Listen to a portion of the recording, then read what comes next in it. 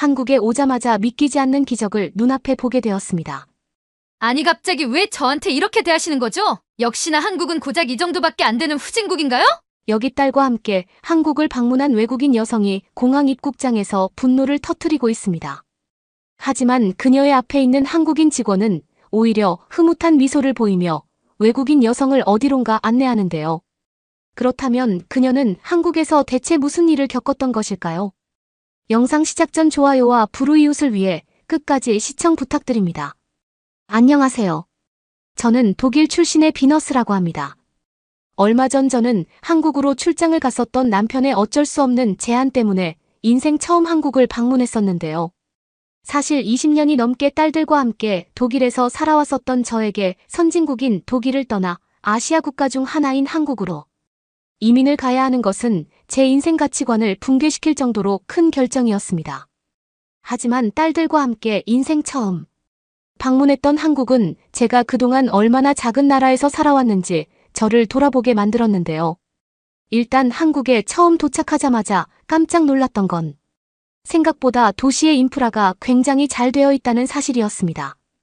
특히나 딸들과 함께 처음 인천공항 입국심사대에 도착했을 때 저는 살아생전 처음 겪어보는 상황에 말문이 막혀버리고 말았는데요. 약 한 달 전 먼저 서울에 자리를 잡아놓고 있겠다던 남편은 제가 한국에 도착하는 일정에 맞춰 공항에 나와 있기로 했지만 남편은 바쁜 일정 때문에 공항으로 가지 못할 것 같다는 황당스러운 문자를 남겼더군요. 심지어 한국으로 오기 전 한국말로 소통할 수 있게 아주 약간의 공부를 하기는 했었지만 저 혼자서는 다른 한국인들과 소통이 거의 불가능할 정도였고 결국 저는 공항에 우두커니 서 있을 수밖에 없었습니다. 어쩔 수 없이 모든 입국 절차를 진행해야만 했던 저는 외국인 전용 인천공항 입국 심사대로 향했고 그곳에 도착하자마자 눈을 의심하고 말았는데요. 왜냐하면 그곳에는 독일의 공항에서는 단 한 번도 보지 못한 기계식 스크린대 수십 개가 깔린 것은 물론 그것들이 자동으로 얼굴과 지문 그리고 여권을 인식해 복잡한 여권 심사 과정 없이 정말 단 3분 만에 모든 입국 심사 과정을 마칠 수 있었기 때문입니다.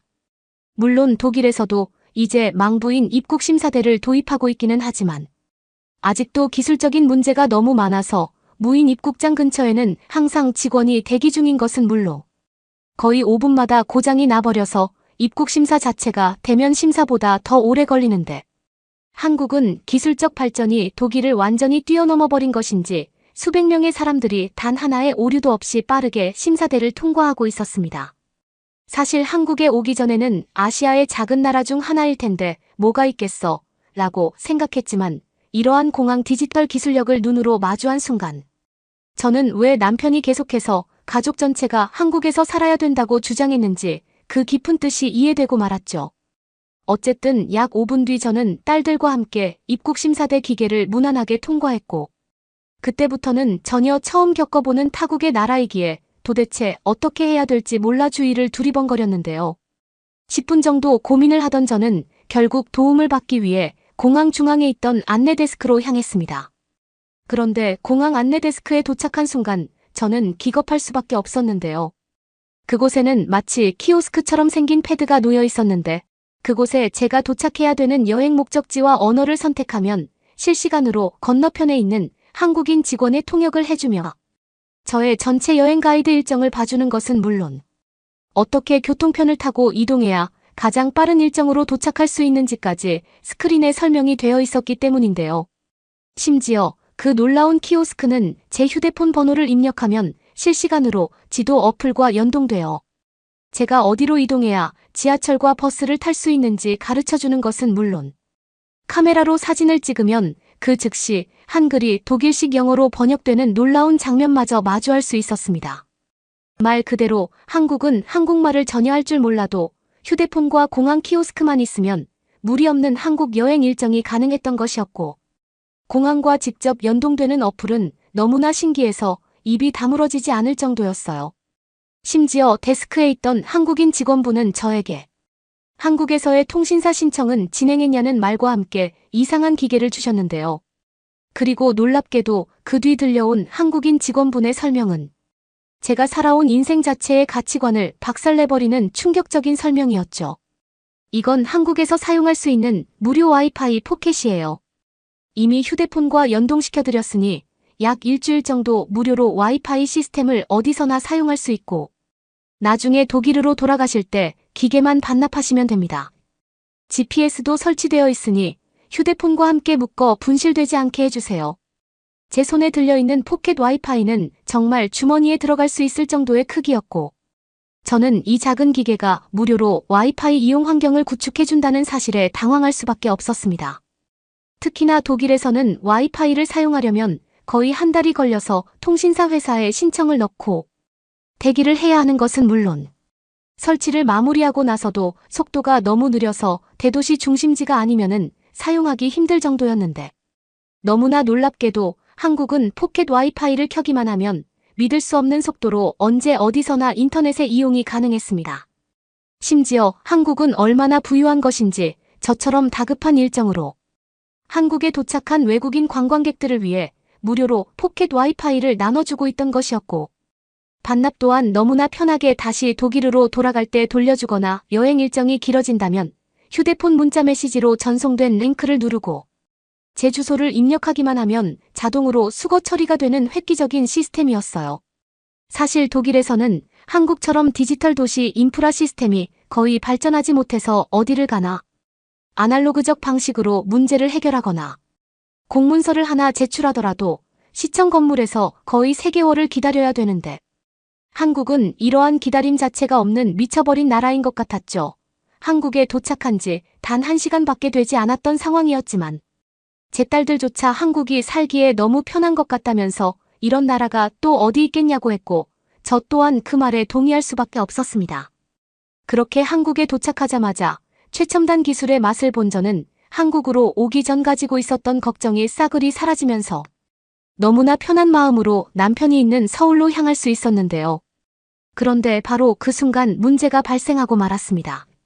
제 딸이었던 데이지가 제가 잠시 포켓 와이파이에 한눈을 팔고 있던 사이 들고 있던 음료수 컵을 옷에 전부 떨어뜨렸던 것이었고 데이지의 옷은 음료수에 전부 젖어버려 아예 입고 다닐 수 없는 상태가 되었기 때문인데요. 심지어 남편이 이미 1차적으로 한국으로 갔을 때 저희 가족의 짐을 대부분 들고 이동했던 상황이었기에 데이지가 입을 수 있는 여분의 옷마저 없는 상황이었고 저는 주위를 두리번거리며 당황할 수밖에 없었습니다. 일단 가지고 있는 손수건으로 공항 바닥을 닦으려던 순간 포켓 와이파이의 안내를 도와준 한국인 직원분이 저에게 다가와 빨리 자신을 따라오라며 어딘가로 뛰어가기 시작했는데요. 저는 너무나 미안한 마음에 바닥의 주스는 어떻게 하자 라며 걱정스러운 눈치를 보였지만 한국인 직원분은 그건 저기 로봇이 알아서 닦을 테니 일단 딸이 감기에 걸리지 않기 위해 빨리 자신을 따라오라는 재촉을 했습니다. 하지만 저는 그 한국인 직원분의 말을 이해할 수가 없었는데요. 여기가 무슨 SF 영화 속도 아니고 무슨 로봇이 있다는 것이지 라는 생각이 들려던 찰나 제 눈앞에는 이해할 수 없는 형태의 로봇이 딸이 흘린 주스를 이미 닦는 모습을 확인할 수 있었습니다. 그랬습니다. 한국은 인천공항 내부에 이미 청소를 위한 무인 로봇 수십 대가 돌아다니며 비상 상황을 체크하고 있던 것이었고 한국인 직원분의 시스템 요청으로 로봇이 그 즉시 달려와 바닥 청소를 진행했던 것이었죠. 아무리 한국이 선진국이라고는 하지만 이건 정말 선진국 그 이상의 미래 국가 같은 모습에 저는 존경심이 생길 정도였고 이제부터 경험하는 한국에서의 모든 것들은 제 상식 그 이상의 것이겠구나 라는 생각이 들었습니다. 그도 그럴 것이 독일에서는 공항에 로봇이 있기는커녕 노숙자라도 없으면 다행인 상황이기 한국처럼 뛰어난 무인 기술력을 전혀 겪어볼 수 없는 나라였기 때문이죠.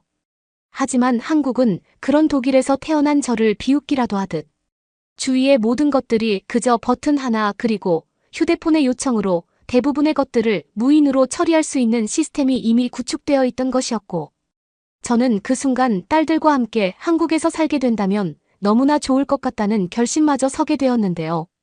그렇게 인천공항 로봇의 도움으로 일단 바닥 청소를 마친 저는 다급히 한국인 직원분을 따라 이동했고 약 3분 뒤 이상하게 생긴 통로에 도착했습니다. 그런데 한국인 직원분은 뜬금없이 데이지에게 잠옷처럼 생긴 옷을 건네주더니 탈의실을 가리키며 입고 있는 옷을 전부 벗고 자신에게 달라는 이해할 수 없는 요청을 했는데요. 아무리 상황이 급박하다고는 하지만 서울의 숙소에 도착할 때까지 데이지가 잠옷을 입고 있기에는 불가능한 상황이자 시간이었고, 저는 너무나 이해가 되지 않아 지금 데이지의 옷을 건네주면 저희는 어떻게 하라는 말이냐며 당황할 수밖에 없었습니다. 그런데 바로 그 순간 한국인 직원분은 뿌듯한 미소로 자신의 뒤쪽을 가리키며 약 5분 정도면 모든 정리가 가능하니 뒤를 한번 구경해보라는 말을 했는데요. 그리고 저는 한국인 직원분의 뒤에 있던 시설을 둘러봄과 동시에 경악을 금치 못했습니다. 그곳에는 수십 개의 거대한 최고급 세탁기가 일렬로 설치되어 있던 것은 물론 독일에서는 비싸서 사용해보지도 못한 대형 건조기마저 설치되어 있었거든요. 그곳은 공항 내부에 있던 무인 세탁실이었고 데이지처럼 여분의 옷이 없는 사람들을 위해 빠른 세탁과 건조를 할 수 있는 세탁시설을 미리 준비해놨던 것이었죠. 심지어 세탁기와 건조기 옆에는 각종 옷의 재질에 맞는 고급 세제와 섬유 유연제가 아무런 잠금 장치 없이 무료로 제공되고 있었고, 저는 이 모습을 보자마자 머릿속이 하얘지고 말았습니다. 독일에서는 지금 도난 범죄 사태가 너무 심해서 주택 단지에 살아가는 사람들은 자신의 빨래를 도둑맞지 않기 위해 CCTV를 설치하고 마을 경호업체까지 고용하고 있는데, 한국은 수백 명의 외국인 관광객들이 오는 공항이었음에도 이런 비싼 세탁기와 건조기, 심지어는 세제까지 아무런 잠금 장치 없이 바로 들고 갈 수 있는 상태로 설치되어 있었기 때문이죠. 하지만 더욱 놀라운 것은 그 세탁기와 건조기들 앞에서 자신의 모든 소지품을 테이블 위에 올려놓고 안마의자를 이용하는 한국인들의 모습이었는데요. 한국은 도대체가 얼마나 안전한 나라인지 물품의 도난은 전혀 신경 쓰지 않는 것도 모자라 자신의 신체 안전에 대한 부분까지 신경 쓰지 않는 것 같았고, 저는 그러한 한국인들의 모습을 보며 부러운 마음이 생기기도 했습니다. 실제로 독일에서 딸과 함께 살아오고 있는 저는 언제 어디를 가나 항상 딸의 상황에 신경을 써야 하는 것은 물론 사방에서 튀어나올지 모르는 범죄 집단 때문에 마음을 졸이면서 살아야 했는데, 한국에서 살아가는 한국인들의 모습은 그저 범죄에 대해서는 아무런 걱정이 없는 듯 마치 치안 시스템 자체가 다른 차원인 것 같은 편안한 모습을 보여주고 있었기 때문이죠. 공항에 세탁기와 건조기가 있는 것도 신기한데 이러한 한국인들의 모습까지 확인하니 저는 순간 말문이 막히고 말았고, 눈에서는 알 수 없는 안도감과 슬픈 감정에 눈물이 흘러나오기 시작했습니다. 만약 제가 남편의 제안을 따라 곧바로 한국에 왔었다면 우리 가족이 더욱 행복했을 텐데 라는 생각과 함께 지금이라도 최선진국 한국에서 살아가야겠다는 생각이 들었던 것이죠. 한국인 직원분은 데이지의 옷을 받아서 세탁기와 건조 과정을 차분히 진행해 주셨고, 이것은 정말 약 15분이라는 놀랍도록 빠른 시간 만에 새 옷처럼 뽀송뽀송해져 제 손에 들려 있었습니다. 독일에서는 아직도 부유한 거주민이 아니면 자신의 집에 세탁기나 건조기가 없는데, 한국은 공공시설인 공항에서마저 이런 최고급 세탁기와 건조기가 제공되고 있다니. 저는 그동안 한국을 몰라도 너무나 몰랐다는 생각에 그동안의 인생이 후회되기도 했어요. 그리고 바로 그 순간 남편에게 전화가 걸려왔고, 남편은 일이 늦게 끝나서 미안하다는 말과 함께 지금 인천공항에 도착해 있으니 제 위치를 말해달라는 기적적인 전화가 걸려왔는데요. 저는 한국인 직원분에게 너무나 감사하다는 말을 건넨 뒤 데이지에게 깨끗해진 옷을 입히고 남편을 마주할 수 있었고, 그렇게 남편의 차를 타고 공항에서 겪은 기적적인 일들을 말해주며 남편의 집에 도착할 수 있었습니다. 하지만 남편은 한국에서는 오히려 그 정도의 일들은 너무나 평범한 축에 속한다며 아직 선진국 한국의 힘을 전부 알기에는 무리라고 했고, 저는 여기서 더 얼마나 뛰어난 나라일까? 라는 생각에 알 수 없는 기대감이 생기기도 했는데요. 그리고 역시나 남편의 차를 타고 가면서 볼 수 있었던 창문 밖 한국 도시의 풍경은 보면서도 경이로웠습니다. 깔끔하게 잘 정돈되어 있는 도로의 초고층 빌딩, 심지어 여기에 더해 산과 공원이 적절하게 섞인 한국 도시의 모습은 그 도시적이면서도 자연적인 모습에 독일과는 차원이 다른 체계와 효율이 느껴졌기 때문이죠. 특히나 더욱 놀라웠던 것은 독일의 길거리 화장실과 한국의 길거리 화장실이 엄청난 차이를 보이고 있었다는 사실입니다. 아직도 독일에서는 길거리에 아무런 칸막이가 없는 오픈용 화장실이 거의 50m 간격으로 설치되어 있어서 길거리 전체의 냄새와 바닥 오염이 너무 심한데, 한국의 길거리 화장실은 여기가 정말 화장실인지 호텔인지 구분이 되지 않을 정도로 규모도 크고 깔끔함의 수준 차이가 느껴졌거든요. 심지어 한국의 화장실 내부에는 아이를 씻길 수 있는 아이 전용 화장실이 따로 있었던 것은 물론 독일과 다르게 따뜻한 물까지 쏟아져 나와서 이렇게 부유하게 살아도 될까라는 걱정마저 생길 정도였습니다. 특히나 독일의 화장실은 저녁 시간만 되면 노숙자들의 아지트로 사용될 정도로 위험한 공간인데 한국은 이러한 독일과는 전혀 상황이 다른 듯 길거리에서 노숙자들을 전혀 볼 수 없는 것은 물론 독일보다 화장실이 더욱 깨끗했지만 그 어디를 들어가나 노숙자들이 바닥에 누워있는 모습은 단 한 번도 볼 수 없었는데요. 그 후 약 40분이 걸려 저는 남편의 집에 도착하게 되었고 문을 열자마자 헉 하고 소리를 내고 말았습니다. 남편은 자신의 주거지가 한국에서는 평범한 범위에 속한다고 했지만 그 내부에는 세탁기와 건조기, 심지어는 독일 주부들에게는 꿈만 같은 기계인 공기청정기까지 놓여 있었는데요.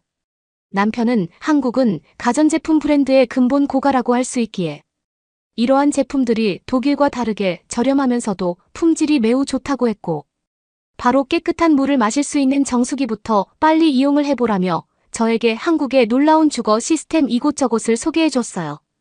이런 살기 좋은 나라가 있었다는 사실을 전혀 몰랐던 저에게 한국은 정말 꿈만 같던 나라 그 자체였고 심지어 집으로 들어오는 입구에 열쇠가 아닌 디지털 도어락으로 설치되어 있는 모습은 마치 제가 독일 초고 위층 부자가 된 것 같은 느낌이 들었습니다. 그도 그럴 것이 독일은 아직도 아무리 부자 단지의 주택으로 가더라도 열쇠라는 출입 시스템에서 벗어나지 못하고 있어서 불편한 것이 한둘이 아닌데 남편은 한국은 거의 모든 출입구가 디지털 도어락으로 교체된 지 몇십 년이 넘었다며 한국은 다른 나라들보다 생활 편의성 부분에서 무려 100년 이상은 앞서고 있을 것이라는 충격적인 말을 해주더군요. 그래서 그런 것일까요? 한국은 거주지 내부에 있는 기계를 통해 엘리베이터를 호출하고 차량을 요청할 수 있는 것은 물론 휴대폰의 전기 공급과 수도, 공급 호환 어플을 연결해서 정말 휴대폰 하나로 모든 것을 편리하게 이용할 수 있었습니다. 그렇게 저는 남편을 따라 한국에서 살아간다는 생각에 기대감이 차올랐고 빨리 짐을 정리하고 저녁을 먹어야겠다는 생각에 간단히 짐을 풀기 시작했어요. 그런데 바로 그때였습니다. 갑자기 방에 있던 딸 데이지가 자신의 몸에서 열이 나는 것 같다며 기침을 하기 시작했는데요. 아무래도 아까 빠르게 옷을 갈아입히기는 했지만 시차의 영향과 몸의 피로로 감기에 걸린 것 같았습니다. 하지만 시간은 이미 저녁 9시를 넘은 상태였고 병원으로 이동하기 힘들었던 몸 상태였기에 저는 그저 데이지에게 따뜻한 물을 주며 참으라는 말밖에 할 수 없었죠. 그런데 남편은 데이지의 상태를 상세히 확인하더니 뜬금없이 약 40분 뒤에 데이지의 증상에 맞춤으로 제작한 감기약이 도착할 것이라는 뚱딴지 같은 소리를 하더군요. 남편은 한국에서의 경우 휴대폰을 이용해 부디 병원을 가지 않더라도 비대면으로 증상에 맞는 약을 제조해서 받아볼 수 있다고 했고 심지어 배달로 약이 집 앞까지 전달되기에 아무런 걱정을 할 필요가 없다며 저를 진정시켰습니다. 그리고 저는 그 말을 듣자마자 기겁할 수밖에 없었는데요. 상식적으로 생각했을 때 병원을 가지 않아도 약을 받을 수 있다는 사실이 너무나 충격적이었던 것은 물론 그 약이 다음 날도 아니고 40분도 걸리지 않는 시간 만에 집으로 바로 배달이 온다는 사실은 귀로 듣고 있으면서도 지금의 이 상황이 믿어지지가 않았기 때문입니다.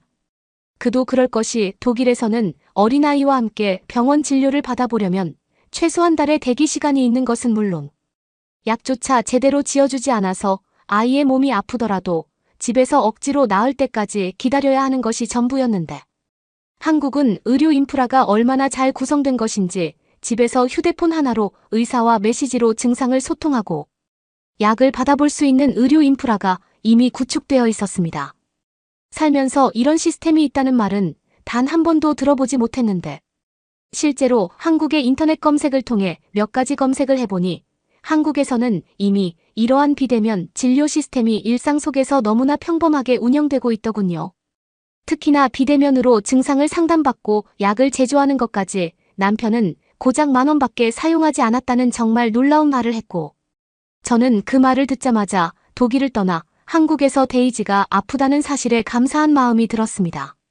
만약 독일에서 저녁 시간에 데이지가 아팠다면 정말 아무것도 하지 못하고 그저 자가치유가 되기를 기다려야만 했을 텐데 한국은 그럴 필요 없이 부디 밖을 나가지 않고도 너무나 신속하게 약을 받아서 치료할 수 있었기 때문이죠. 저는 당장 이 사실을 독일의 친구들에게 알렸고 역시나 저와 같은 부모였던 친구들은 그 말을 듣자마자 그렇게 편리한 나라가 존재하고 있었냐며 당황하는 반응을 보였습니다. 심지어 한국에서는 약 배달뿐만 아니라 단순한 택배와 식료품 먹거리까지 거의 모든 것들이 단 하루면 배송이 오는 시스템을 가진 나라였고 독일에서는 모든 물품을 택배로 받는데 한 달 이상이 걸리는 이 미치도록 엄청난 차이에 저는 한국이라는 나라가 너무나 궁금해질 지경이었죠. 말 그대로 한국은 휴대폰 하나로 모든 것을 받아볼 수 있는 미친 나라와 다름이 없었습니다. 그리고 남편의 말대로 역시나 약 40분 뒤 집 앞에는 작은 봉투에 담긴 감기약이 들어있었고 데이지는 곧바로 안정을 취할 수 있었죠. 만약 독일이었다면 아무런 치료도 해보지 못하고 소가리를 했을 것이라는 생각에 머리가 지끈거릴 정도였고 편안하게 잠을 자는 데이지의 모습을 보니 한국이라는 나라에 더할 나위 없는 감사한 감정이 생겼습니다. 솔직히 말하면 처음 남편이 한국으로 이민 출장을 간다고 했을 때 굳이 꼭 가난한 나라인 한국으로 가야 될까라고 말하며 남편을 뜯어말렸지만 지금 와서 생각해보니 그때의 제 행동이 너무나 후회되며 사람의 경험이 얼마나 중요한지 뼈저리게 느껴졌어요. 데이지는 배달로 받은 약을 먹고 빠르게 안정되어 갔고 저 또한 남편과 함께 짐 정리를 끝내고 간단히 휴식을 취하기로 했는데요.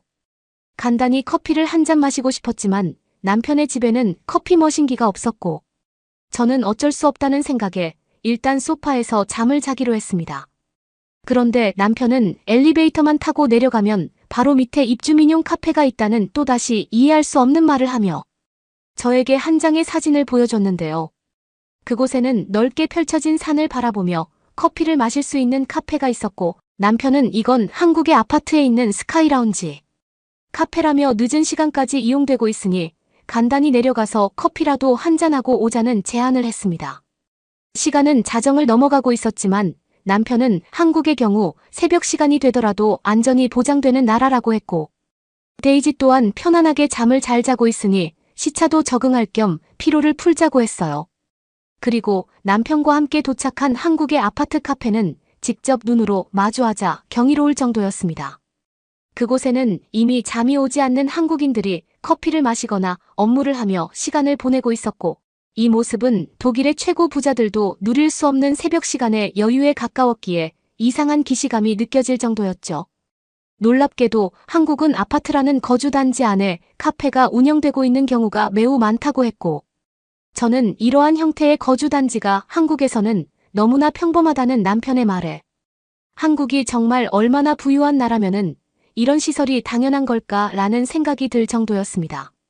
스카이 라운지 카페에 앉아 산을 바라보며 커피를 마시니 독일에서는 새벽 시간에 치안에 떨던 생각이 떠오르면서 한국이 얼마나 감사한 나라인지 피부로 느껴질 정도였어요.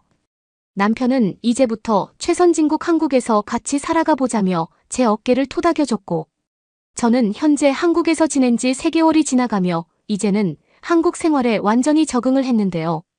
시간이 지나면 지날수록 살기도 좋고 아름다운 나라 한국은 저와 같은 외국인들에게는 꿈에만 그려오던 최고의 나라인 것 같습니다. 구독과 좋아요 부탁드리며 사연자분께 전하고 싶은 말을 댓글로 남겨주시면 전달해드리겠습니다.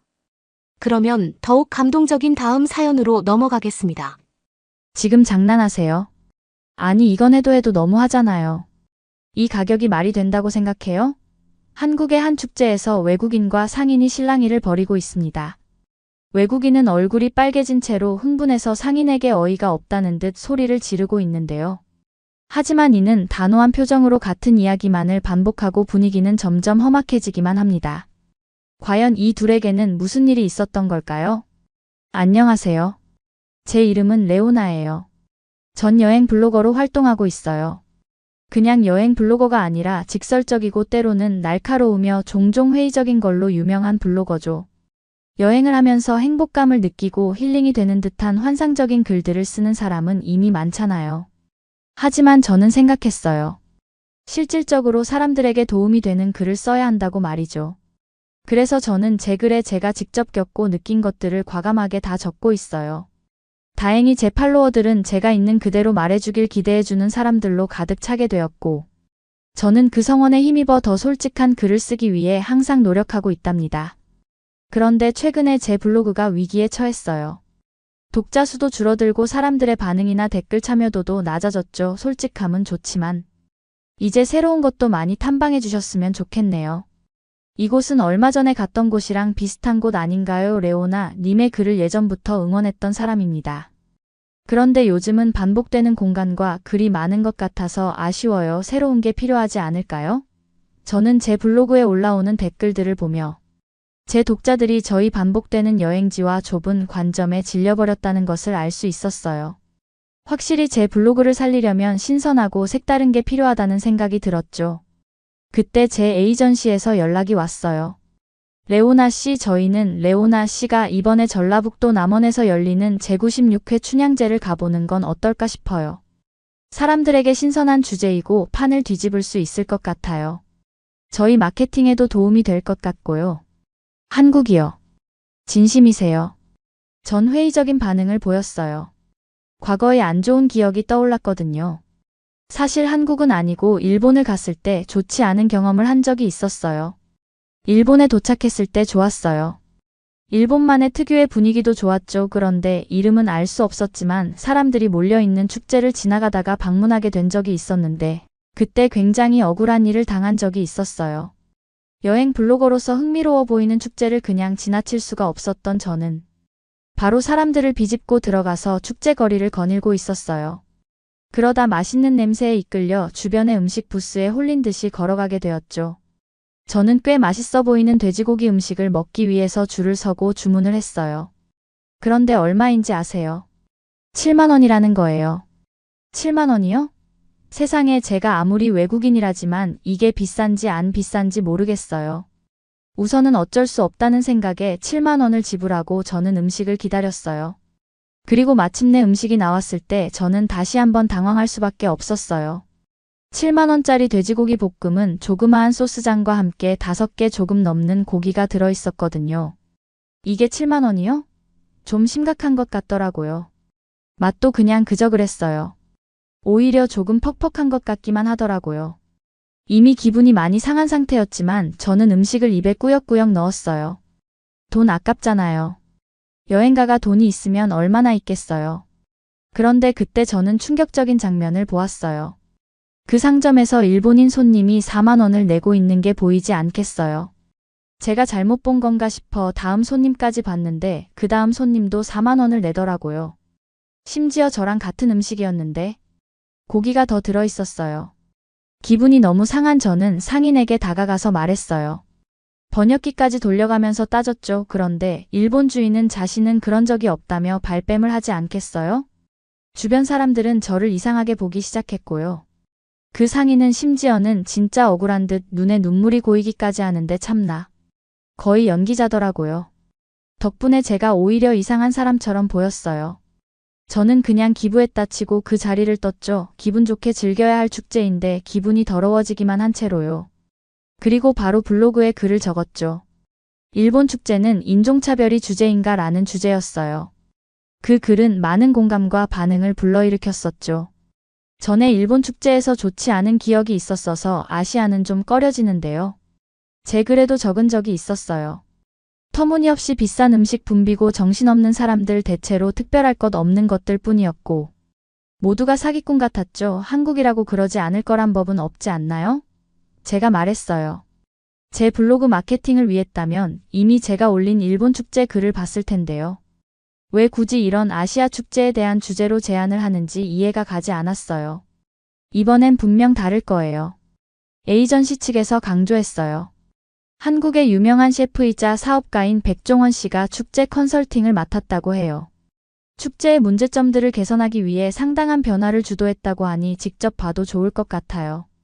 일본과는 분명 다를 거예요. 하지만 저는 바로 대답을 하기가 힘들었어요. 그 이후로 저는 아시아는 거들떠보지도 않았거든요. 여러분도 저와 같은 경험을 하신다면 저를 이해하실 거예요. 정말 무례하고 무시당하는 기분이 들었다고요. 제가 통화로 머뭇거리자 에이전시 측에서는 다시 말했어요. 그때는 일본 축제를 기반으로 쓴 글이었지만 이번에는 한국이에요. 한류가 지금 유명하고 많은 사람들이 한국에 관심이 많다는 건 알고 계시죠? 다른 반응을 일으킬 수도 있어요. 저희를 한번 믿어보시죠. 레오나 저는 에이전시 측의 설득으로 마지못해 동의했어요. 사실 지금 저희 블로그 상황이 좋지 않은 건 사실이고 제 경력이 걸려있는 것도 사실이니까요. 뭘 따질 때가 아니라는 생각이 들더라고요. 그래서 바로 가방을 싸서 남원으로 떠났어요. 뭘 기대해야 할지 모르겠지만 기적이 일어나길 바라면서요. 그렇게 제가 남원에 도착했을 때 처음 느낀 건 따뜻한 도시의 분위기였어요. 전라북도에 자리한 남원은 춘향전의 배경이 된 곳이라 사랑의 도시라고도 불리더라고요. 직접 겪어보면서 이름이 확실히 찰떡이라는 생각이 들었어요. 거리는 들뜬 분위기로 북적였고 춘향제를 알리는 화려한 현수막이 곳곳에 걸려있는 것이 보였어요. 보는 것만으로도 제가 설레는 기분이 들더라고요. 저는 호텔에 체크인하고 바로 도시를 둘러보러 나섰어요. 첫 번째 목적지는 광안 노원이었어요. 조선시대로 거슬러 올라가는 느낌을 주는 아름다운 정원이었죠. 정원은 만개한 벚꽃으로 가득했고 그 광경은 숨이 굳을 정도로 아름다웠어요. 남원의 풍부한 역사와 문화를 소개하기에 완벽한 장소였어요. 제가 방문하게 될 춘향제도 이곳에서 열릴 예정이었죠. 춘향 테마파크를 포함해 여러 명소에 걸쳐 진행이 되다 보니 여행 코스를 두루 돌며 관람하기가 매우 좋은 곳이었어요. 또 한국의 고즈넉한 전통 건축물들과 목조로 된 다리와 아름다운 자연이 어우러져 편안한 느낌을 느낄 수도 있었죠. 소소한 행복이 느껴지는 곳이었죠. 정원을 걸으면서 저는 설렘을 감출 수 없었어요. 축제가 하루 앞으로 다가왔고 과연 기대만큼 대단할지 매우 궁금했거든요. 다음날 아침 저는 일찍 일어났어요. 흥분되면서도 살짝 긴장되더라고요. 하루 종일 춘향제에서 시간을 보내면서 모든 순간을 카메라에 담아야 했으니까요. 저는 꼼꼼하게 장비를 챙겨서 호기심 어린 마음으로 축제장으로 향했어요. 물론 의구심도 있었죠. 이미 예전에 일본 축제를 통해 좋지 않은 기억들을 가지고 있었으니까요. 그런데 이상하게 그런 느낌이 들 때가 있지 않으세요? 왠지 모르게 이번엔 뭐든 잘 풀릴 것 같은 그런 기분이요. 어제 광안로에서 시간을 보내며 제가 좋은 기운들을 받아서일까요? 제 마음은 설레는 마음과 호기심, 어린 마음이 더 큰 상태였어요. 춘향제는 미모와 정절로 유명한 춘향이의 이야기를 기념하는 축제였어요. 1931년부터 남원에서 매년 열리고 있어서 한국에서 가장 오래되고 사랑받는 문화행사 중 하나로 꼽히고 있는 축제였죠. 이제까지 오래된 역사를 지니고 있는 축제였죠. 확실히 그 오래된 역사들이 축제에서 묻어나는 것을 느낄 수 있었어요. 한국적인 느낌을 잘 살리기 위해 노력한 흔적들이 보였거든요. 장비를 가지고 입구에 다다랐을 때 제 눈앞에는 사람들로 가득한 풍경이 펼쳐졌어요. 축제를 즐기려는 현지인과 관광객들로 북적였죠. 예전에 일본 축제 모습과 겹쳐 보였지만 저는 고개를 절레절레 흔들면서 다른 마음으로 제대로 임해보겠다고 다짐하며 사람들 사이를 파고들기 시작했어요. 길거리를 다니면서 공기 중에는 국악 소리와 길거리 음식 냄새가 가득한 것이 느껴졌어요. 생기 넘치는 분위기에 빠져들면서 회의적인 마음이 저도 모르게 사그라들기 시작하더라고요. 하지만 그 중에서도 제일 먼저 제 눈에 띈 건 음식이었어요. 사방을 둘러봐도 다양한 한식을 파는 포장마차들이 가득했거든요. 저는 장작불로 조리한 직화구이 치킨부터 시작하기로 했어요.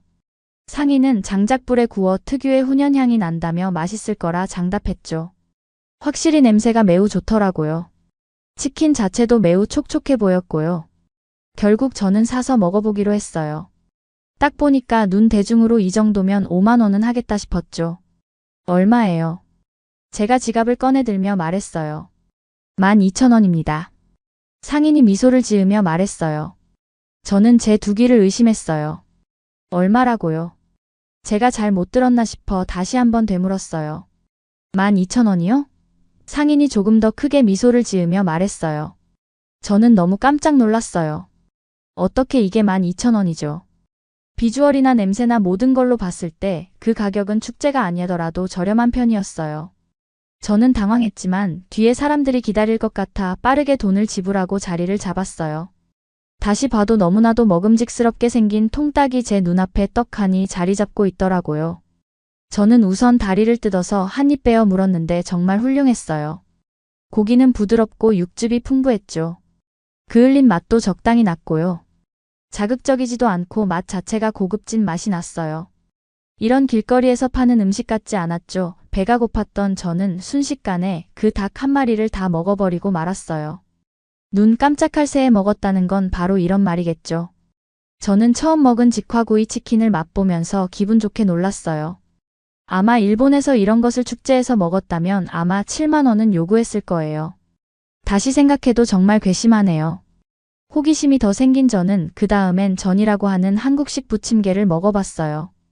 5,000원에 큼직한 전 한 개를 샀고 5,000원에 현지 막걸리도 한 병 곁들였죠. 저는 바깥은 바삭하고 속은 부드러웠어요. 맛도 풍부하더라고요.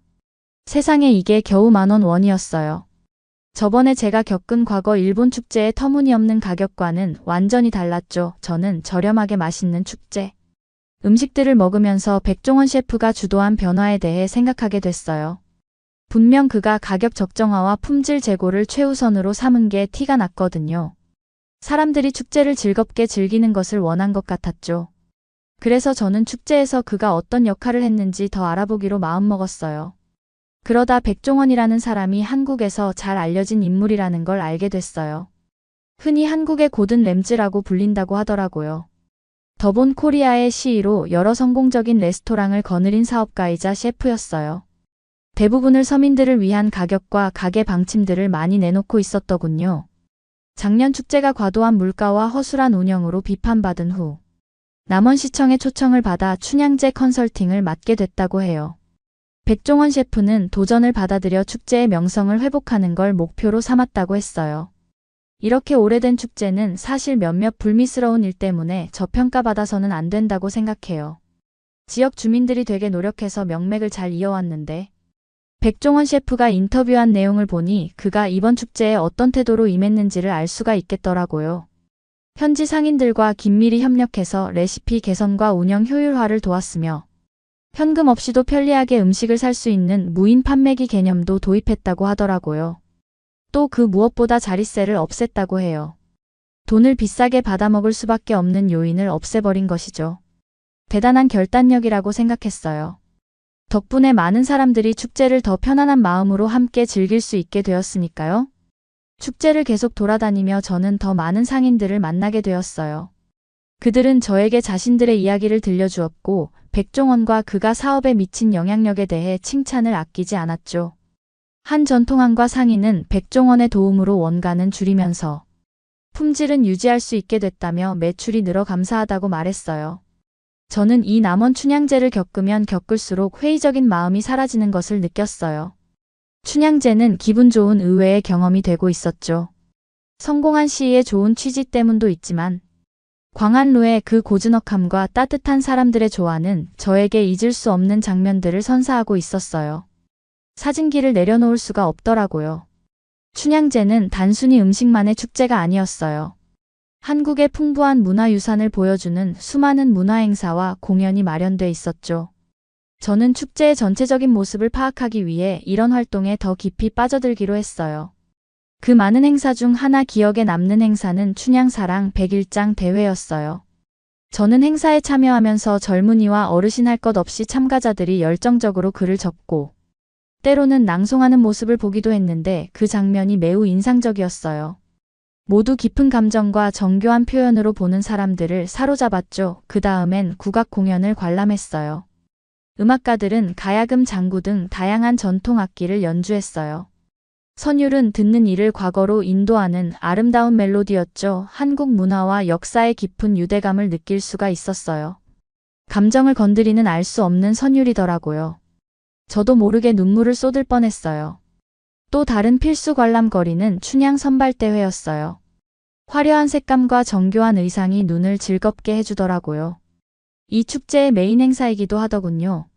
아리따운 여성분들께서 우아하고 정교한 한복을 입고 나왔는데 마치 조선시대로 돌아간 느낌을 받는 것 같았어요.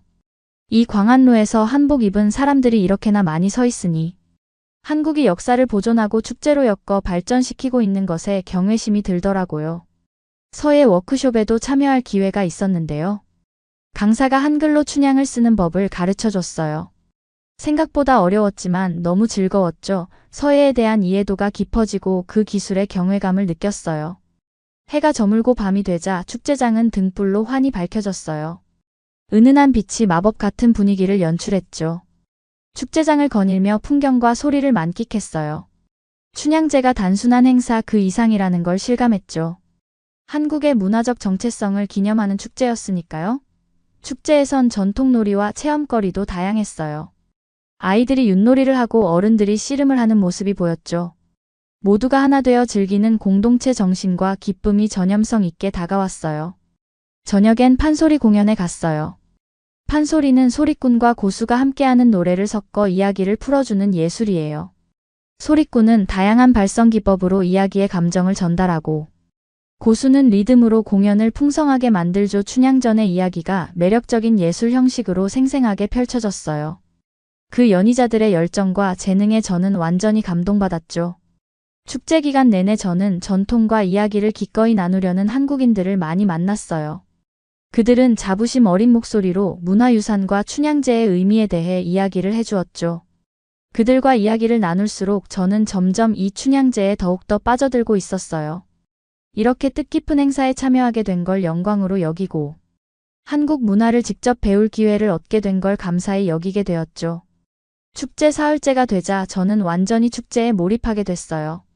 처음에 선입견은 사라지고 축제와 백종원 지역사회의 노력에 대한 진심 어린 감사함으로 마음이 넘쳐나더라고요. 축제장 바깥쪽으로 가봤어요. 왠지 상인들이 자리를 잡고 있더라고요. 이들은 공식 축제에 포함되지 않아서 물건값을 더 비싸게 받곤 했죠. 대조는 확연히 보였어요. 축제 안의 음식은 합리적인 가격에 품질도 좋은데 밖의 음식은 과한 값을 받으면서 품질은 의심스러웠거든요. 외지 상인 몇 분을 만나 저는 그들의 관점을 들어봤어요. 백종원의 변화에 불만을 토로하더라고요. 경상북도에서 온 한 상인은 이렇게 하소연했어요. 여기서 장사하려면 모두가 비싼 자리세를 내야 하는데 이젠 축제 안부수의 싼 가격을 저희는 당해낼 수가 없어요. 쉽지 않은 상황이었어요. 백종원의 노력으로 축제 경험은 크게 향상됐지만 축제의 생계를 의존하는 이들에겐 또 다른 어려움이 생긴 것이었죠. 아무리 긍정적인 변화라도 나름의 복잡한 문제가 따른다는 걸 일깨워주는 순간이었어요. 백종원은 저렴한 가격을 유지하는 핵심이 자리세 폐지라고 설명했어요. 자리세란 상인들이 축제 장소 사용에 대해 내는 비용이에요. 이 비용 때문에 상인들은 뭔가 부담이 커져서 가격을 올릴 수밖에 없다고 하더군요.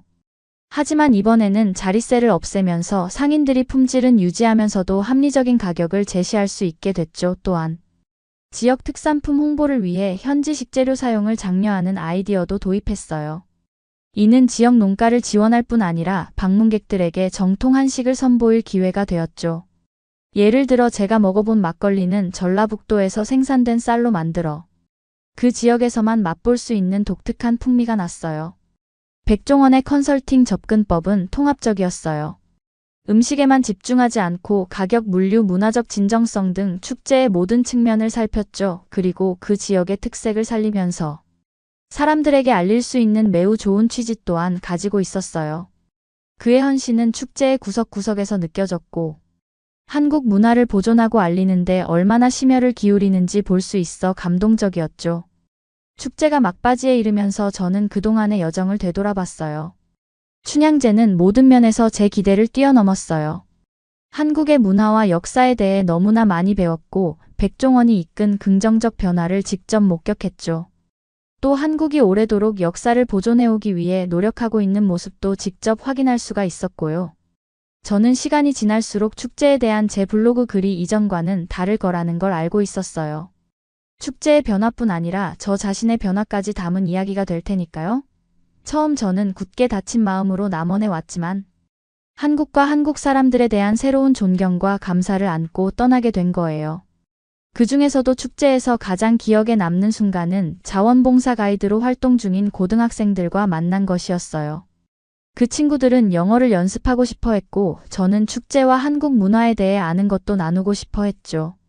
처음에는 친구들이 먼저 와서 이야기를 건넸지만 그 친구들이 너무 열정적이라 오히려 제가 그 아이들에게서 배우는 게 많았어요. 아이들은 저를 데리고 전통 혼례 재현 행사에도 데리고 가줬어요. 신랑 신부가 멋진 한복을 입고 화려하고 아름다운 의식을 치르더라고요. 대대로 내려온 풍습과 의례를 보는 게 정말 흥미로웠어요. 학생들은 각 과정의 의미를 설명해 주었고 한국 문화에 깃든 전통과 역사에 대한 깊은 존중심이 느껴졌죠. 축제의 마지막 날. 막걸리를 마시며 아름다운 광안루 위로 불꽃놀이를 구경하면서 저는 제 스스로가 이미 이 한국 축제를 다른 관점으로 바라보고 있다는 것을 알 수 있었어요. 저번 일본 축제와는 다르게 완전히 이 축제를 즐기고 있었으니까요. 즐거움과 만족스러움만이 제 안을 가득 채우고 있었죠. 이번에는 얼른 이 한국에 오래 이어온 아름다운 축제에 대해서 글을 작성하고 싶다는 생각이 들었어요. 많은 사람들이 꼭 와봐야 할 축제라는 생각이 들었거든요. 진심이었어요. 이보다 아름다운 야경과 경외심이 드는 축제는 처음이었으니까요. 남녀노소 누구든 즐겁게 즐길 수 있는 축제였죠. 그렇게 머릿속에 아이디어들이 차오르는 것을 느끼면서 로스앤젤레스행 비행기에 올랐을 때 제 안에는 설렘이 가득했어요. 제 경험을 얼른 시청자들과 공유하고 한국 문화의 아름다움과 풍요로움을 보여주고 싶은 마음에 신이 나더라고요. 춘향제는 진정 인생을 바꾸는 계기였고 그 축제의 일원이 될 수 있었다는 것에 감사함을 느낄 정도였어요. 제가 만약에 그때 끝까지 에이전시의 제안을 거절했다면 정말 상상도 하고 싶지 않을 정도죠.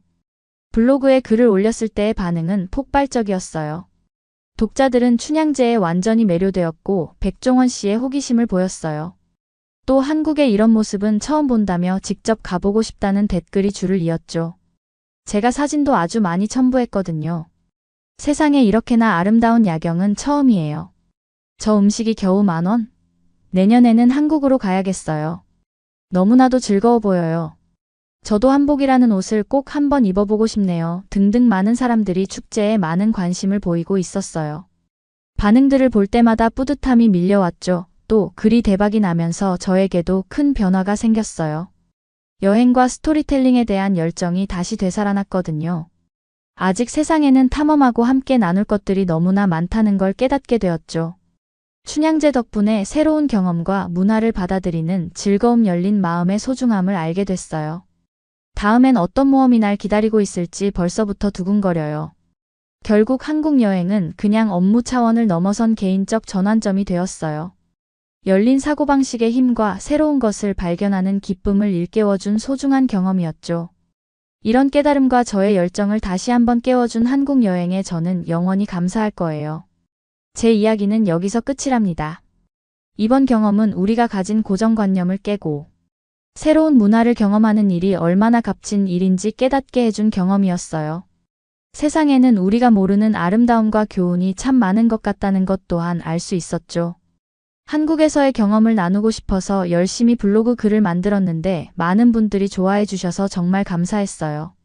독자 여러분이 보내주신 응원과 관심 덕분에 더 열심히 활동할 수 있는 원동력 또한 생기게 되었죠.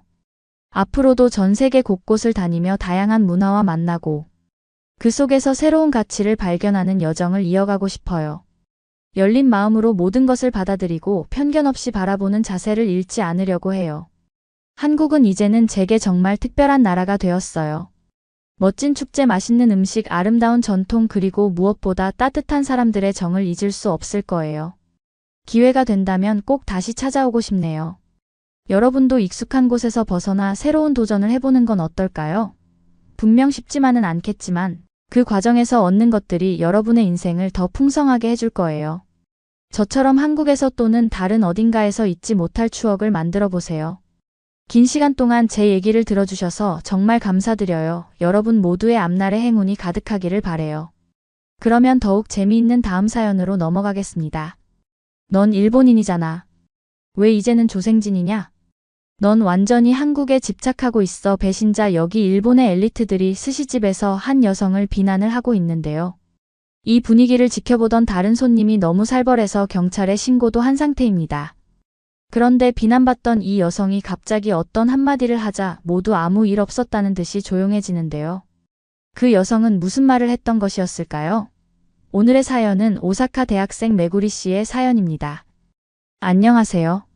저는 오사카에 위치한 오사카 대학교에서 세계사를 전공하고 있는 메구리라고 해요.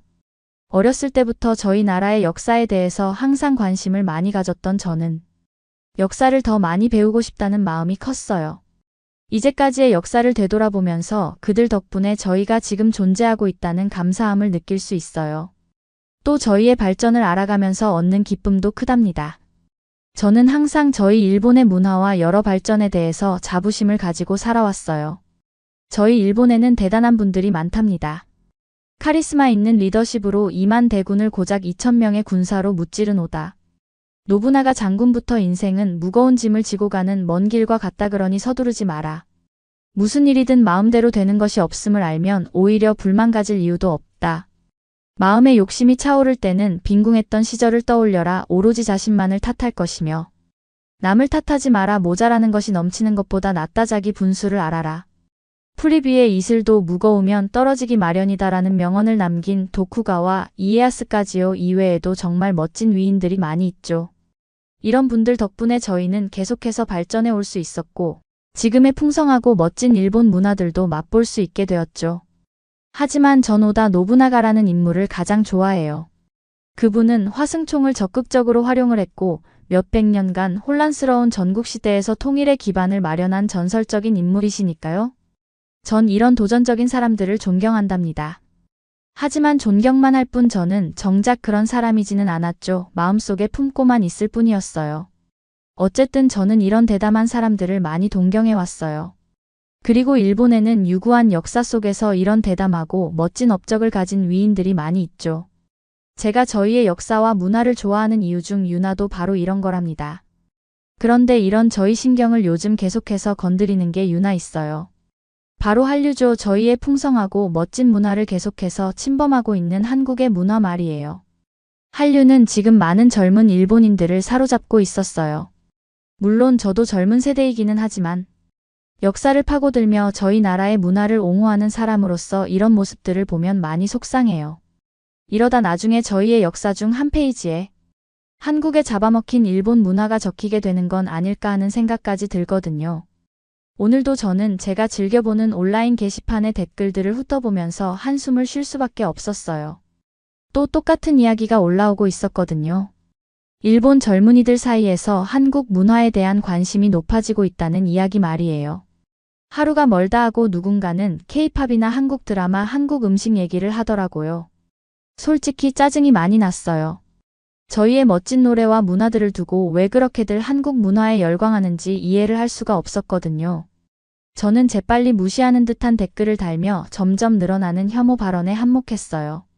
또 K-팝이냐 지겹다 지겨워 혼잣말로 중얼거리며 저는 필요 이상으로 강하게 엔터키를 눌렀죠. 말씀드렸다시피 저는 우리나라의 풍부한 문화유산에 대해 해박한 지식을 가지고 있다는 걸 늘 자랑스럽게 여겼어요. 그런 저에게 이런 현상은 일본의 진정한 가치를 훼손하는 모습처럼 보인다고요. 대학에서 친구들과 저는 K-팝에 빠진 사람들을 자주 조롱했어요. 저희 모두 우리 문화 대신 한국 대중문화를 선호하는 사람들이 이해가 되지 않았거든요. 전통을 배반하는 어리석은 행동으로 보일 뿐이었죠. 그러던 어느 날 강의 중에 교수님이 믿기지 않는 발표를 하셨어요. 다음 학기부터 동아시아 문화 특히 한류에 중점을 둔 새로운 교양 과목이 개설될 거예요. 교수님은 교실을 둘러보시며 말씀하셨죠.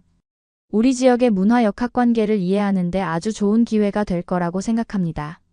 저는 누군가에게 한 대 얻어맞은 듯한 기분이 들었어요. 일본 대학교에서 한국에 대한 교양 과목이라니 미치신 겁니까? 라는 말이 목구멍까지 차올랐지만 힘들게 삼켜냈죠. 그런데 교수님은 또 다른 믿을 수 없는 사실을 언급하셨어요. 최근 한국어 능력 시험 응시 일본인 수가 20배나 늘었다는 사실 다들 알고 계셨나요? 저는 제 두 귀를 의심했어요. 믿기지가 않았으니까요. 20배라고요? 말도 안 되는 얘기 같았죠. 저는 더 이상 참지 못하고 손을 들었어요. 궁금증이 생겼거든요. 교수님, 대체 그렇게 많은 사람들이 한국어를 배우고 싶어 하는 이유가 뭐라고 생각하십니까? 저의 약간은 격양된 질문에 교수님은 미소를 지으셨어요. 좋은 질문이에요. 쿨하다. 물론 여러 요인이 있겠지만 가장 큰 건 한국 엔터테인먼트의 영향이겠죠. 한국 드라마와 K-팝이 전 세계 관객들을 사로잡고 있으니까요. 지금 일본에서도 마찬가지고요. 사람들은 호기심을 느끼고 자신들이 좋아하는 것의 언어와 문화를 이해하고 싶어 하고 있어요. 저는 교수님의 대답에 조용히 코웃음 쳤어요. 저에겐 그저 지나가는 유행 그 이상 이하도 아니라는 생각이 들었거든요. 하지만 한편으로는 궁금증이 생겨나기도 했어요. 사로잡히는 기분이 대체 뭐길래 사람들이 그렇게 열광을 유나 싶기도 했고요. 저는 고민을 하다가 그 수업을 듣기로 했어요. 신규 개설 과목이라 사람들이 많이 몰리지 않을 거라고 생각했거든요. 학점을 따기도 수월할 거라 생각했죠. 그리고 적을 알아야 물리칠 수 있잖아요. 저는 강의를 들으면서 한국 문화를 좀 더 파헤쳐 봐야겠다는 마음을 먹었어요. 그렇게 듣게 된 새로 개설된 한류 교양 수업은 처음.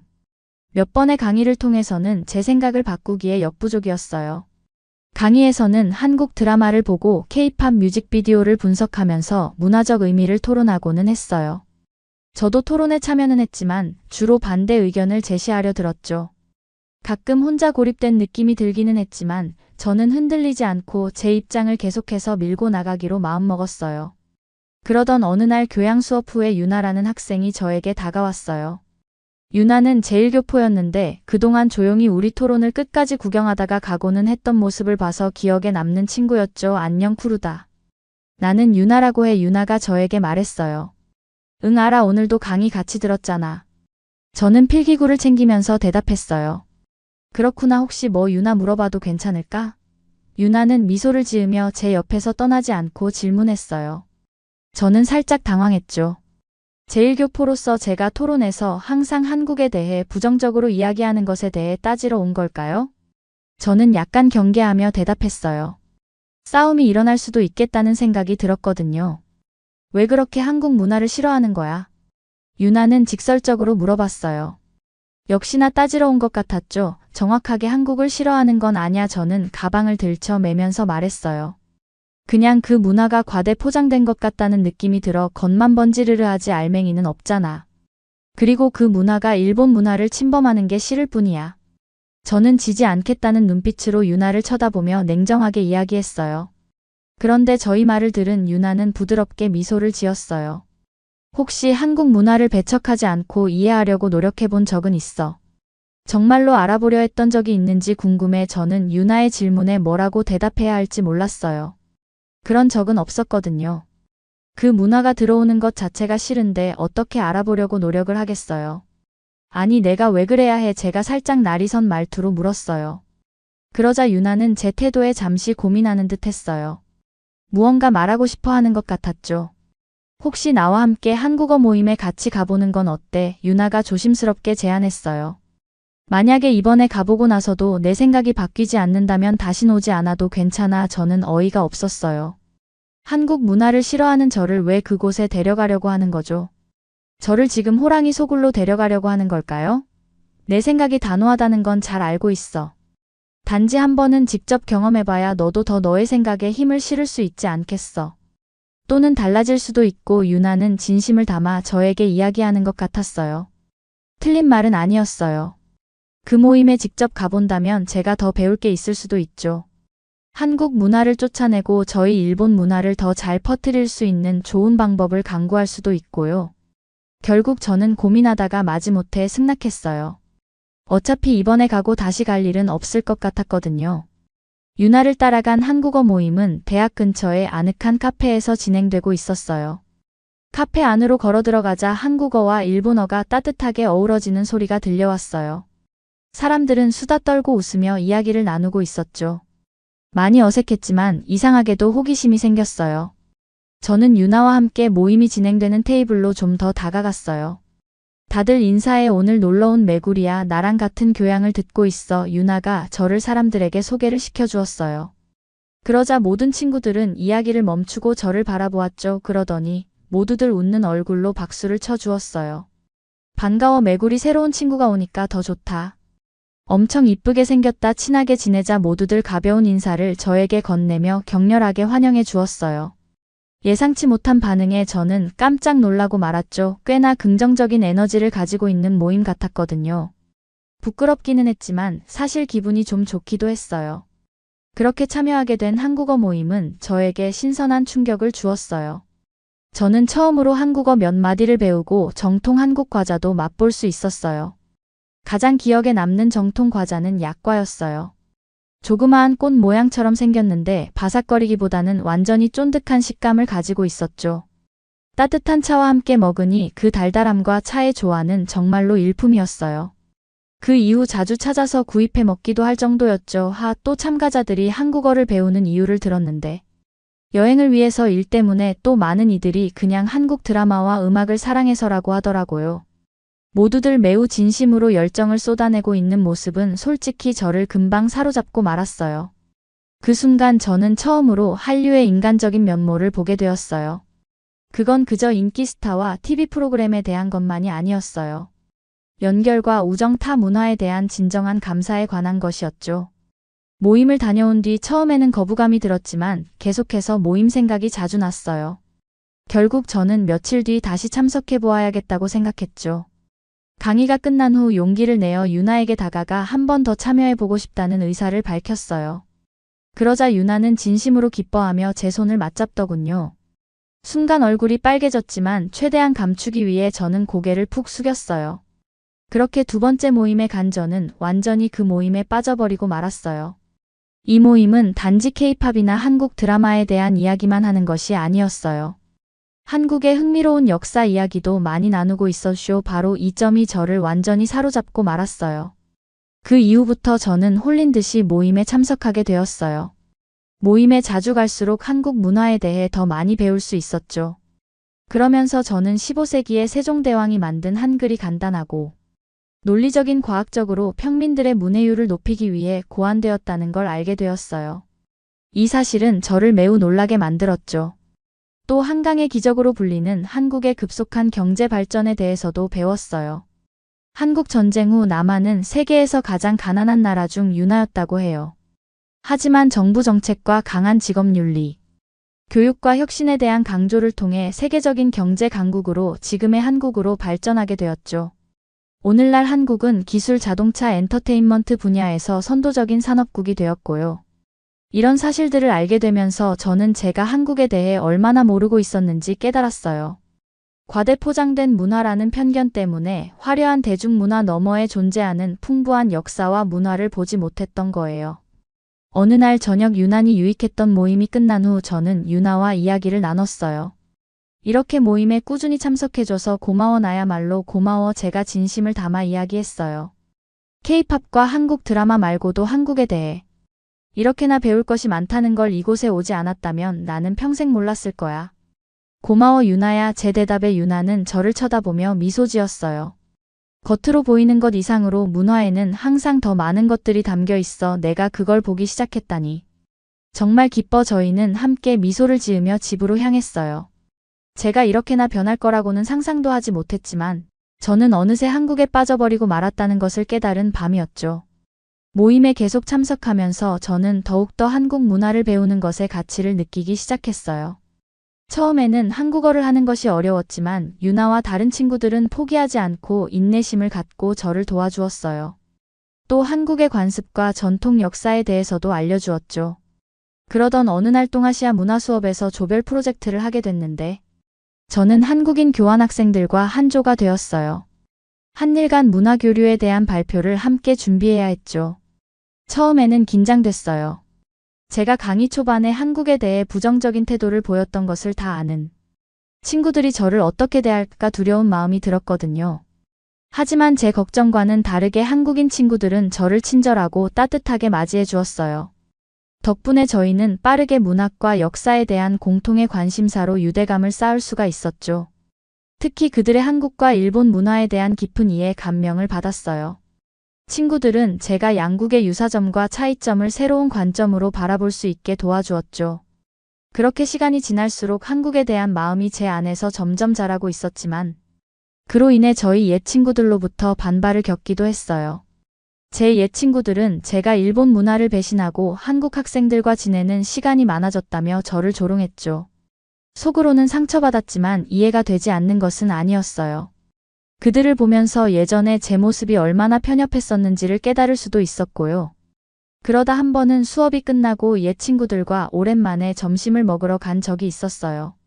함께 단골 라멘 가게에 앉아 있는데 금세 제 새로운 한국 문화 관심사에 대한 얘기가 나왔죠. 그러다 왜 그렇게 한국 짓거리에 시간을 낭비해? 내가 일본 사람이라는 걸 잊은 거야. 우리의 문화는 절친사나가 저에게 이해가 가지 않는다는 듯이 말했어요. 그런 거 아니야. 나는 그냥 다른 문화에 대해 배우려는 것뿐이야. 그게 잘못됐어. 저는 당황했지만 차분하게 대답했죠. 잘못되었냐고. 넌 이제는 완전히 한국 문화에 집착하는 것 같아 보일 정도야. 히루카라는 또 다른 친구는 못 참겠다는 듯이 저에게 말했어요. 항상 그 한국 교환학생들이랑 같이 있잖아. 우리랑은 이제 놀기가 싫은 거야. 이제 일본 문화는 안중에도 없는 거냐고. 저는 한숨이 나왔어요. 그런 게 아니야. 말했잖아. 나는 그냥 새로운 걸 탐구하는 거라고. 난 너희도 한 번쯤은 직접 겪어봤으면 좋겠어. 사나는 제 말에 눈을 머리를 짚었어요. 됐어. 괜히 멋있어 보이려고 케이팝을 좋아하는 척은 건 하고 싶지 않아. 사나의 말은 저를 찌르는 것 같이 느껴졌어요. 척하는 게 아니야. 사나 다른 문화를 이해하고 존중하는 거라고. 내가 한국 문화에 관심 있다고 해서 우리 것을 버리는 게 아니란 말이야. 저의 답답함을 느낀 하루토가 진지한 표정으로 저에게 몸을 기울였어요. 메구리 우린 친구잖아. 널 걱정하는 거야.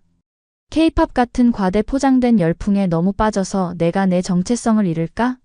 봐. 저는 좌절감이 밀려왔어요. 내가 누군지 너희가 어떻게 알아? 사람은 변하고 성장하는 거야.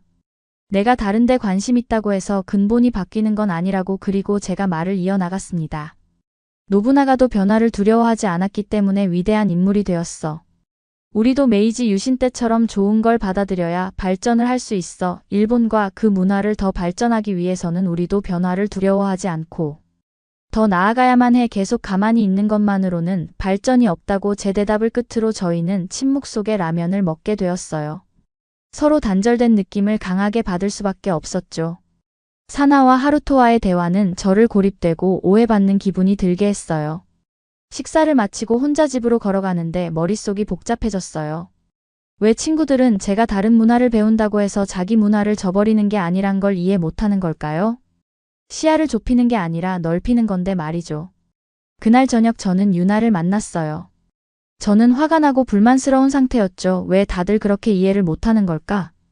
왜 이렇게 편견에 사로잡혀 있는 거지? 제가 답답하다는 듯이 하소연했어요. 그러자 유나는 제 이야기를 인내심 있게 들어줬어요. 변화는 어려운 거야. 메구리 너는 벌써 엄청난 여정을 거치고 성장했잖아. 친구들의 말에 너무 상처받지 마. 그 말이 크게 와닿았어요. 지금까지의 여정을 돌이켜보니 제가 많이 성장했다는 걸 깨달았죠. 편견 때문에 소중한 경험과 우정을 놓칠 뻔했어요. 저는 한국 문화를 배우는 일에 진심으로 임하기로 결심했죠. 다음 날 저는 동아시아 문화 수업에 새로운 자세로 임하기 시작했어요. 더는 수동적인 참가자가 아니었죠. 배우고 참여하고 한국 문화에 대한 새로운 감사의 마음을 남들과 나누고 싶어졌거든요. 교수님이 최신 트렌드와 한국어 능력시험 응시 일본인 수에 계속되는 급증에 대해 설명하실 때 저는 고개를 끄덕이며 경청하며 이 이유에 대해서도 생각해보곤 했죠. 이러한 노력들은 제게 많은 기회의 문을 열어줬어요. 저는 교수님의 추천으로 한 학기 동안 한국에서 공부할 수 있는 학생교환 프로그램에 초대받게 되었거든요. 그동안 알게 된 문화에 완전히 몰입할 기회라 저는 기쁜 마음으로 수락했어요. 그렇게 설레는 마음으로 짐을 싸고 비행기에 올라 서울에 도착하자마자 저는 활기찬 도시의 에너지에 매료되었어요. 바쁘게 움직이는 거리와 높이 솟은 빌딩들, 전통과 현대가 어우러진 풍경들이 신기했죠. 호스트 가족은 저를 따뜻하게 맞아주셨고 서울은 금세 제 집처럼 느껴질 정도로 저를 따뜻하게 품어주는 것 같다는 기분이 들었어요. 한국 대학에서 수업을 듣는 건 쉽지는 않았지만 매우 보라 믿었어요. 언어 실력이 빠르게 향상됐고 한국 사회의 다양한 측면에 대해서 배울 수 있었죠. 역사 정치부터 예술 음식까지 전부 다요. 전 세계에서 온 학생들과 친구가 되어 공통의 경험과 배움에 대한 사랑으로 저희는 유대감을 쌓았어요. 한 주말에는 저는 저희 호스트 가족과 경주로 여행을 갔어요. 경주는 역사적으로 의미 있는 도시였죠. 저희는 고대 사찰과 궁전을 둘러보며 한국의 깊은 문화유산에 감탄했어요. 7세기의 한국을 통일한 신라 왕조에 대해 알게 되었고 멋진 건축물과 섬세한 예술 작품에 감탄했어요. 저희는 다시 서울로 돌아와 도시의 문화시설을 계속 탐험했어요. 전통음악 공연에 가고 미술관도 방문하고 김치 담그기에도 도전해봤죠. 매 경험이 한국에 풍부하고 다양한 문화에 대한 이해를 깊게 해줬어요. 학기가 끝나갈 무렵 저는 그동안의 여정을 돌아봤어요. 호기심과 약간의 두려움이 섞인 마음으로 한국에 왔지만 저는 한국과 한국인에 대한 깊은 사랑과 존경심을 품고 떠나게 되었죠. 한국에 대해 제 자신에 대해 열린 마음과 문화 교류의 중요성에 대해 많은 것을 배울 수 있었어요. 일본으로 돌아왔을 때 저는 달라진 사람이 되어 있었어요. 한국에서의 경험이 제 견문을 넓혀주고 많은 것에 대한 관점을 바꿔놓았죠. 더 열린 마음을 갖게 되었고 공감 능력이 생겼으며 다른 문화에 대해 배우고 싶다는 생각이 들었어요. 저는 한일 관계에 초점을 맞춘 동아시아 문화 연구를 시도하기로 했어요. 새로 얻은 지식과 경험을 양국 간의 가교를 만들고 상호 이해와 존중을 증진하는 데 쓰고 싶었거든요. 처음에 제가 무지한 편견을 가지고 있던 나라의 문화에 대한 도전은 저를 완전히 변화시켰고 이제 저는 이 새로운 길이 어디로 이어질지 기대됐어요. 앞으로 도전이 있을 거란 걸 알았지만 저는 열린 가슴과 마음으로 맞설 준비가 되어 있었죠.